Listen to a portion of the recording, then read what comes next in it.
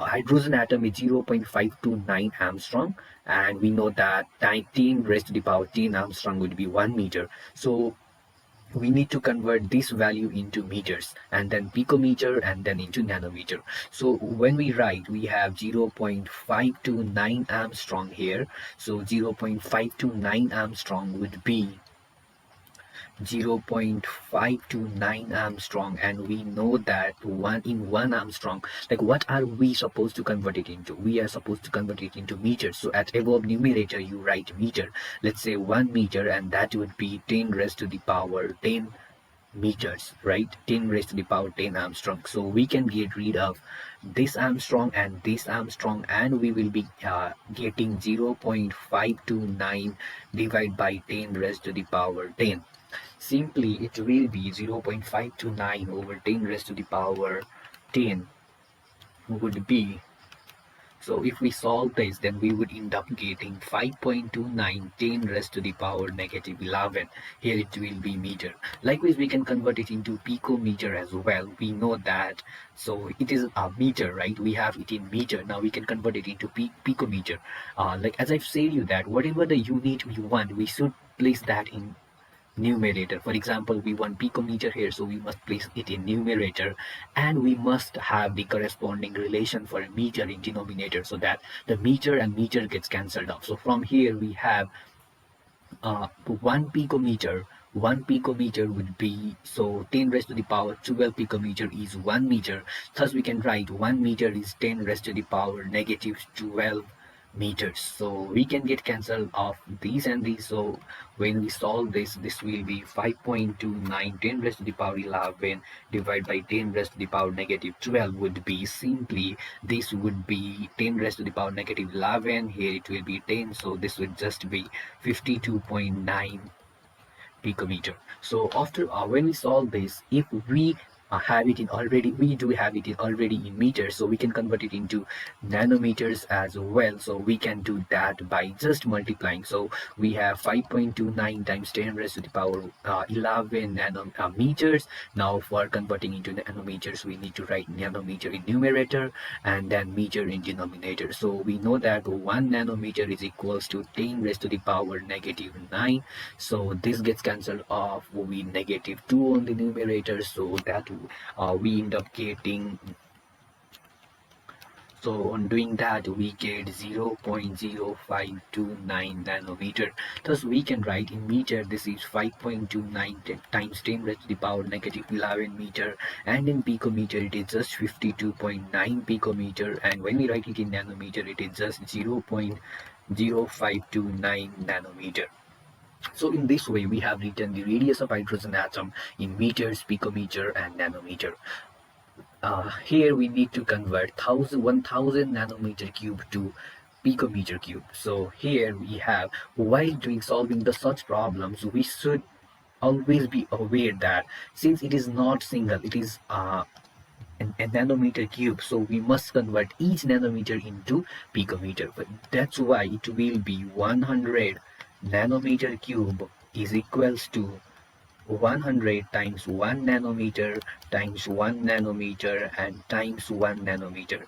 So it will be 100. So we need to convert 1 nanometer into picometer, for which we should write 1 nanometer. Let me first convert it into meter, for which I will be 1 meter is equals to 10 raised to the power 9 nanometer, right? Now this gets cancelled off. We do have it in meters. Now when we have it in meters, we need it in picometer. So, and 1 picometer would be 10 raised to the power negative 12, right? Because it is 10 raised to the power negative 12. So we will have this. Then after on solving this, here we have meter. So on solving this, we would get 1 times 1 divided by 10 raised to the power 9. So this is simply 10 raised to the power minus 9 picometer. Now, so 10 raised to the power 9 and 10 raised to the power negative 12, there is a difference of 10 raised to the power negative 3. So when we take that in numerator, it becomes 10 raised to the power 3. So 1 nanometer would be equal to 10 raised to the power 3 this would also be equal to 10 raised to the power 3, and this would also be equals to 10 raised to the power 3. On multiplying each picometer, so we will end up getting picometer cube. So this would be 100, this would be 1000, this would be 1000, and this would be 1000 as well. So we will end up getting this. Or if we write now, if we see the answers for the above example, we have solved them accurately. 1 nanometer is equals to 1000 picometer. So this is how we approach this problem. Now let us understand another concept of significant figures. So this concept of significant figures becomes very important for you, not only for your chemistry classes, but also for chemistry labs. So there are some rules that you should consider while writing significant figures. The first rule is that all non-zero digits are significant. For example, if I write a number 1, 2, 3, then all the digits are significant and all of them are not containing zero. So it will have three significant figures because these are the non-zero numbers or non-zero digits. Next rule here is zeros between significant digits are significant. For example, if I write 1002, then this is significant digit, this is significant digit, and if we do have zeros in between these two significant digits, then these zeros also be considered significant, and for this number we will have the significant number of 4. Now, if we consider another law, zeros to the left of non-zero digits are not significant. For example, if we consider 1200, then it just has two significant number, and these are not considered significant because it is on the zeros zeros to the left of none. So since these are not significant because it can be written as 1.2 10 raised to the power 3. So these, it has a significant number of 2. Now another rule we have is zeros at the end of a number are significant only if they are right to the decimal point. So if there is not decimal point, then the zeros right to the significant digits are not considered significant. However, if it has a decimal point, then the zeros after right to the decimal point is considered significant. For example, we do have 0.2300, so these zeros are considered significant and it has 4 significant digits. Now another rule is the significant numbers of logarithm and exponent are considered only after decimal places, which we will consider in example. Now here I do have exercise for you. So we need to solve this 70.2. So since it has the significant number here is 3, these on left it is not considered, on left it is not considered. After decimal point, had it been here it would be considered, so it has only 2 significant point. Here to the right of decimal point it is considered, therefore it has 3 significant point.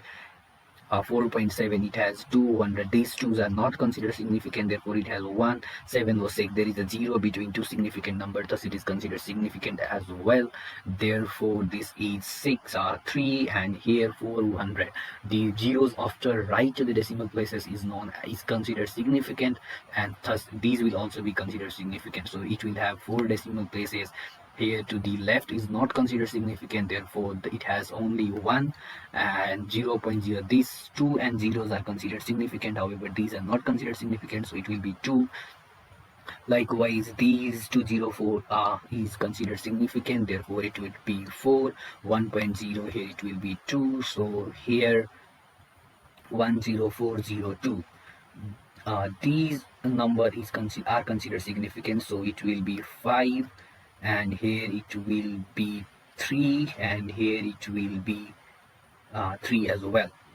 So I hope you have answered this now. 3, 2, 5, 2, 4. So these are the answers. I hope you got all of them correct. Now